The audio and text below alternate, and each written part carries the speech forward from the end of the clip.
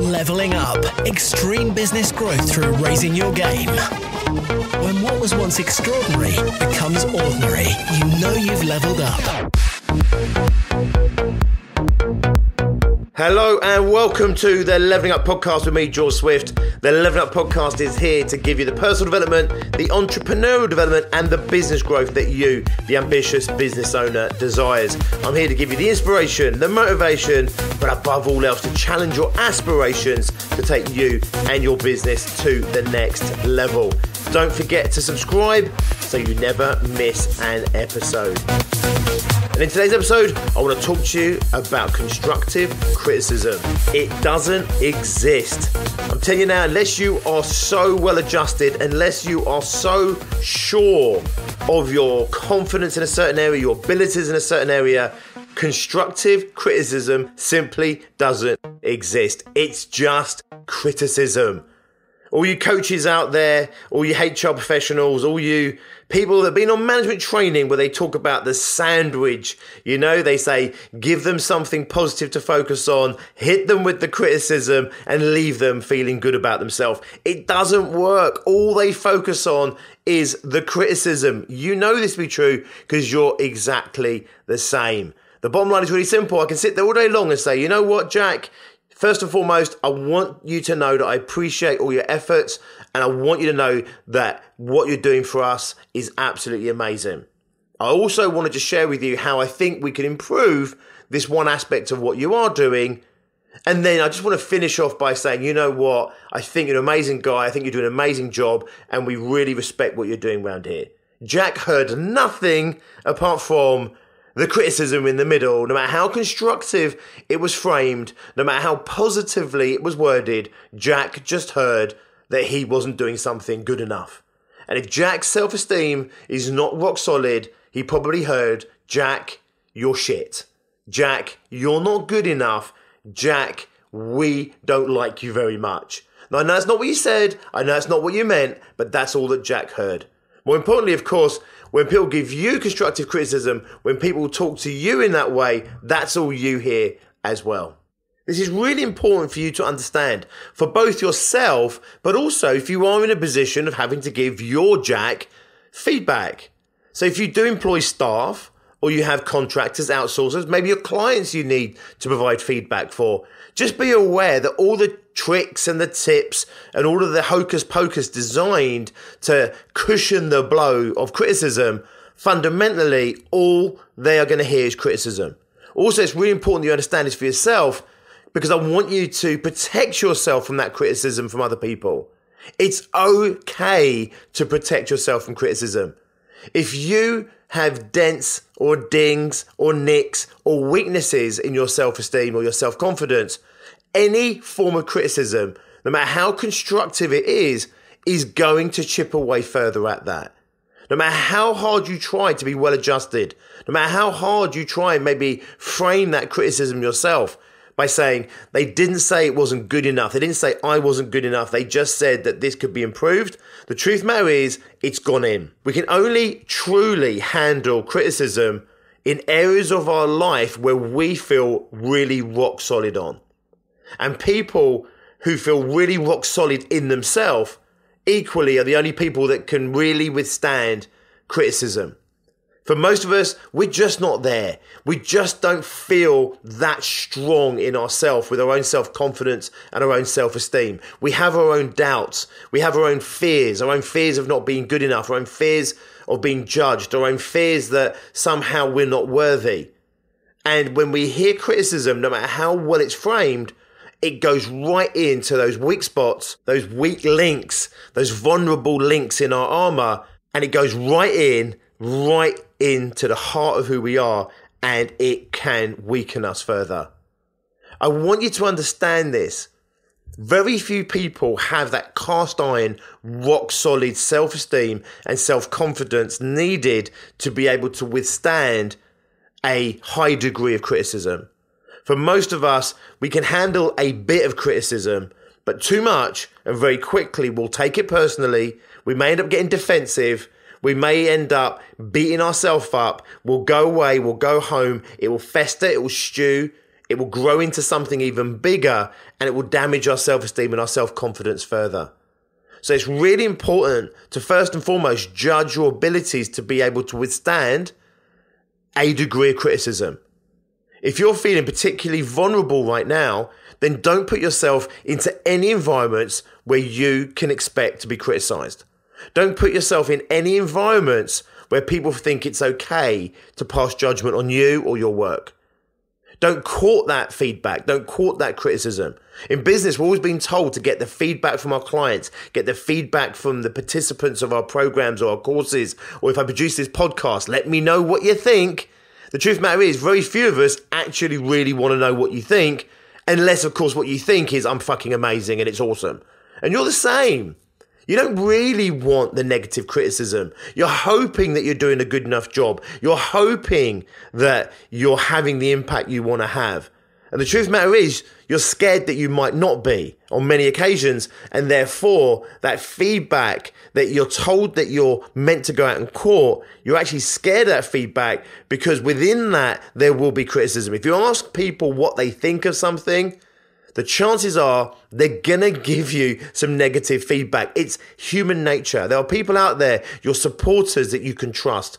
And when you ask them for feedback, they'll tell you how well you did. And they'll focus on the positives and they'll focus on the great aspects of who you are.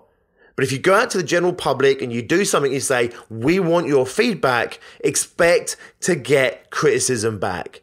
Now, this is really controversial, I know, because of course we need that feedback. Without that feedback, how can we improve, etc., etc. But before you ask for that feedback, before you court that feedback, just check in with yourself and ask yourself, am I strong enough to be able to withstand this? Is whatever feedback I'm going to get right now going to positively impact me or my business so that I can move forward? Now, people who know me will tell you this, and it is controversial. I don't want your feedback.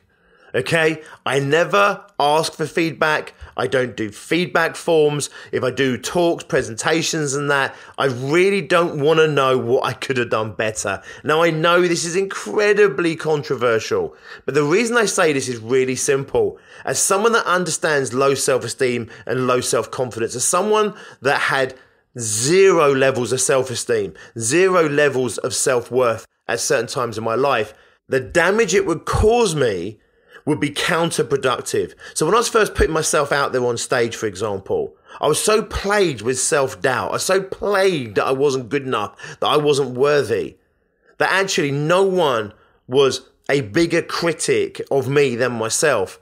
I didn't need that coming into my field of reference. I didn't need to know all the things that I could do better. I didn't need to know all the things that I did wrong. What I needed to do was to build my confidence up to go back out there again and go back out there again.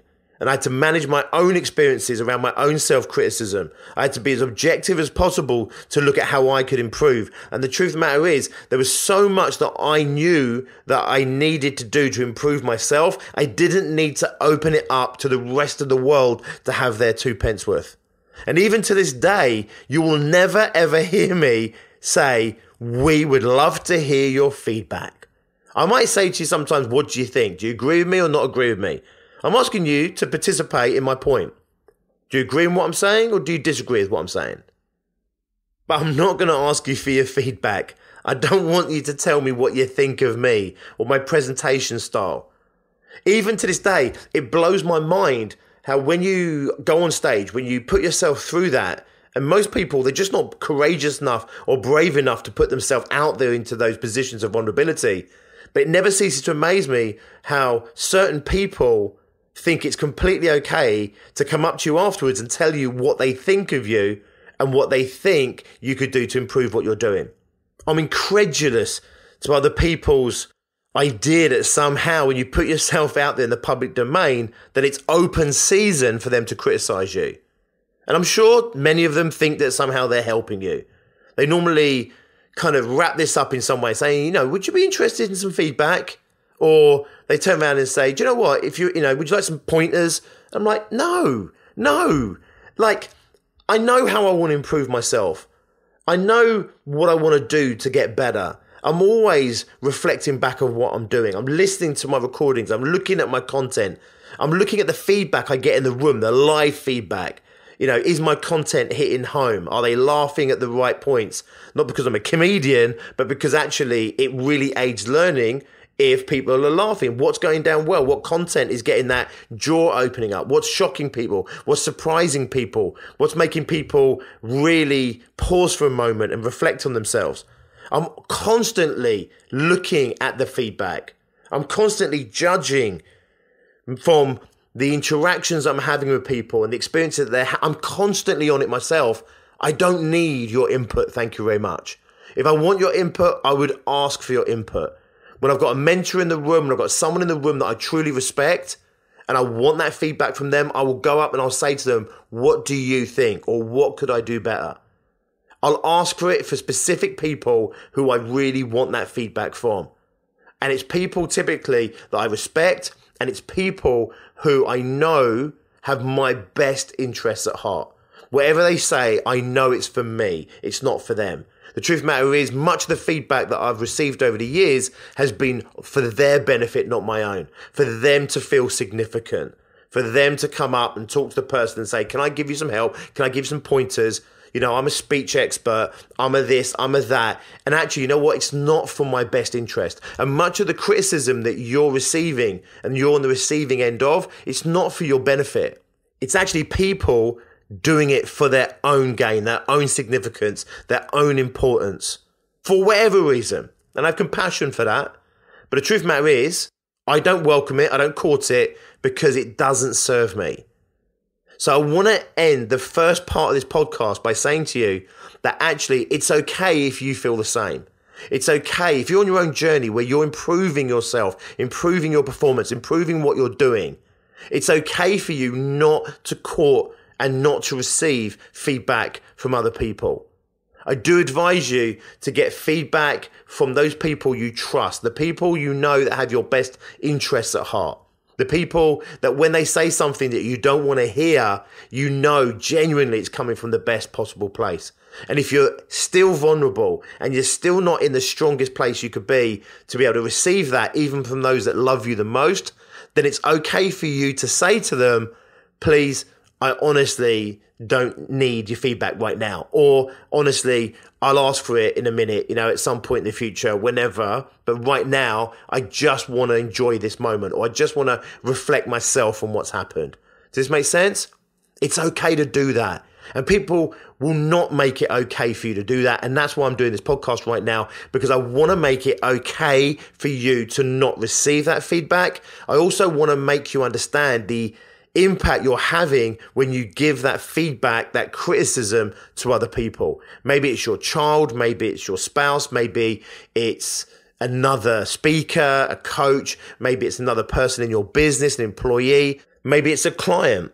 Just be aware that what you think is constructive criticism is probably just criticism, and nobody actually reacts well to just criticism. The second part of this podcast episode, I just want to help you understand at some point you do need to open up to that criticism. And it could be given to you as criticism, it could be given to you as feedback, but at some point you will need that in your business because you will need external eyes on what you're doing in order to improve yourself. It could be a mentor, I've already just said. It could be someone you respect in your industry, in your game. It could be a client you respect. It could be a family member, a friend, your spouse. But at some point you will want to get eyes on something and just say, you know what? Did I do okay? Was this okay? Was this good enough? And you need that because you'll want to take your game to the next level. The way you do that is you strengthen your self-esteem and your confidence. I've already said it at the beginning of this podcast. Areas of your life where you feel strong in, when you feel confident, areas of your life that you feel that you have a high degree of knowledge, skill, and ability, those are the areas that you're most open for receiving criticism on. So as you get better at what you're doing, as you perfect your craft or your product or your service, the stronger you'll get in terms of how you feel about that product and service, the more confident you feel in it, the more open you are to receiving feedback. So my message here really is if you're vulnerable around criticism right now, then you can protect yourself from it. Hone your craft, get better at what you're doing. You need to have that feedback, even if it's from yourself, to make things better. Of course you do. As you get better at what you're doing, as you feel stronger about what you're doing, then you can court more external feedback. The stronger you feel, the more you can open it up to the world at large. The bottom line is the world can be a massive, massive critic. The world can sometimes enjoy nothing more than to bring somebody down. We see it in the press, the media, the news. We see it with individuals. We might even see it in our own life. Now, there's a whole lot of reasons why this is so, and that's not what this podcast is about. This podcast is about making it okay to not receive criticism, making it okay to not ask for feedback, making it okay to allow yourself to be the best judge of what you're doing, to constantly improve yourself, to gain the confidence in yourself, to build that momentum in what you're doing so you get to a position where you're strong enough to open it up for that feedback and criticism. Open it up to those you trust and those you feel safe with initially. And then as you progress, you get to open it up wider afield. In my business right now, I'm telling you, most of the feedback that comes into my business never even hits me. I don't see it. Tracy knows, my partner in life and in business, knows that I'm still mostly not interested in that feedback. Now, her and the team, they might need to improve things in the business. So most of the feedback, most of that criticism, it sticks with them. They don't take it personally like I do. They ultimately aren't responsible for standing in front of the room full of people consistently every week, every month. So what they do is they act as that dam, and then they look at what needs to be improved. They look at how they can improve things. I'm also looking all the time at how things can be improved. Certain information doesn't get to me. Certain information does get to me. It's on a need-to-know basis. And the stuff I need to know, that's the stuff that I hear and I get involved in. Does this make sense? If it was all going to shit, if I was massively missing the mark, of course Tracy would approach me and say, George, we are going way off here. Of course I hear that kind of feedback. She tells me feedback like people are really buying into this kind of content. She'll tell me what went down really well. Because you know what? Just like a child, right? If you want a child to perform better, you tell them what they did well. So when things go well, I want that feedback because I want that feedback of what they want more of. That's great feedback. I'm less interested in what they don't like. I'm really interested in what they do like. Number one, for my own ego and my own self-esteem. I'm not going to lie to you. But secondly, because actually I want them to positively reinforce in me what they want more of rather than criticize what they want less of. So as a business now, we are mature, we are well adjusted, and we do accept feedback and we look at that feedback. However, as an individual, the figurehead of this business, the one that has to go out there continually standing in front of the rooms, standing in front of the crowds, doing the talks, creating this podcast, for example, I don't need to know every single thought that people have about my own personal performance, about whether I speak too fast, whether I stutter, whether I swear too much, my accent. Oh my God, I've heard it all. I've heard it all. One of the common ones I get is you speak so fast. Yeah, I know. It's not, you know what I mean? I get it. The truth of the matter is, that doesn't bother me anymore, but I don't need to hear it. What do I care? Yes, I do speak fast. That's like going to a Led Zeppelin concert and saying it was loud. Yeah, it was loud. Does this make sense? Oh yeah, you know, you swear a little bit. Yeah, I know that. I've got Tourette's. I'm aware I swear a little bit. This is not constructive to me. I don't need to know this shit. This is your opinions in you, and it's your reasons that you want to share with me. It's for you. It's not for me. Does this make sense? Anyway, I'm going to leave it there with you, leave that to ponder. I know it's divisive, and maybe you're really well adjusted and you think I'm missing a trick, or maybe you really understand where I'm coming from. You're like, you know what? You've given me permission there to not have to receive criticism. Even if you are strong enough to receive criticism and you don't even know what the hell I'm on about right now, understand that people you communicate with and that you're close to do feel the same way. And actually, you wouldn't want to be the person that makes them feel worse about themselves. You wouldn't want to be the person that damages that person's self-confidence. So just be mindful of it as you offer your opinions, your feedback, and your criticism. Okay, I'm going to leave it there. Thank you once again for joining me on this podcast. I always appreciate it. You know I do. If you do identify as having lower levels of self-esteem or self-confidence than you would want for yourself, then I've created a 28-day self-esteem reboot challenge. Hundreds of people just like you have participated in this program. It's, again, completely free of charge. It's a resource that I want to make available to you.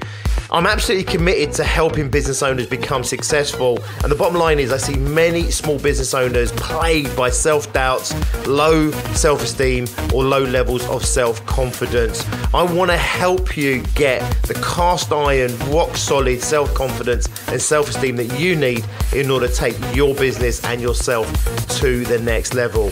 The 28-day challenge consists of a short video between 5 maybe 10 minutes every single day of content to help move you forward with your self-esteem and confidence, and also it's a booklet that you work through. I'd say it takes about 10 to 15 minutes per day, so a total of maybe 20 minutes per day to absolutely reboot your self-confidence and your self-esteem back to where they need to be for you to be able to perform at your optimum. As I say, hundreds of people have done this before. Every single person that completes the entire 28-day program as I set it out sees the benefit. For some, it's the beginning of their journey of self-esteem and confidence. For many, it is profound, the impact that they have over the 28 days. If you're up for the 28-day self-esteem reboot challenge, you'll find all the information, all the details at biggerbrighterbolder.co.uk/reboot. biggerbrighterbolder.co.uk/reboot. Get yourself on the 28-day self-esteem reboot. We've also got a Facebook community supporting every single person that goes on that reboot journey. I'll put the link to that in the descriptions. I'll also put the link to the 6-figure fast track. This is my webinar, my masterclass for 5-figure business owners doing 30, 40, 50, maybe 60K in turnover that want to hit 100K or more in the next 12 months or less. You'll find that at biggerbrighterbolder.co.uk/fast track. I'll put that link in the descriptions as well.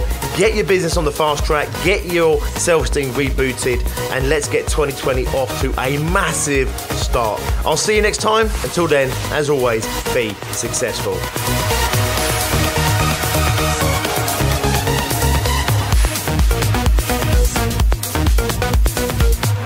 Leveling up. Extreme business growth through raising your game.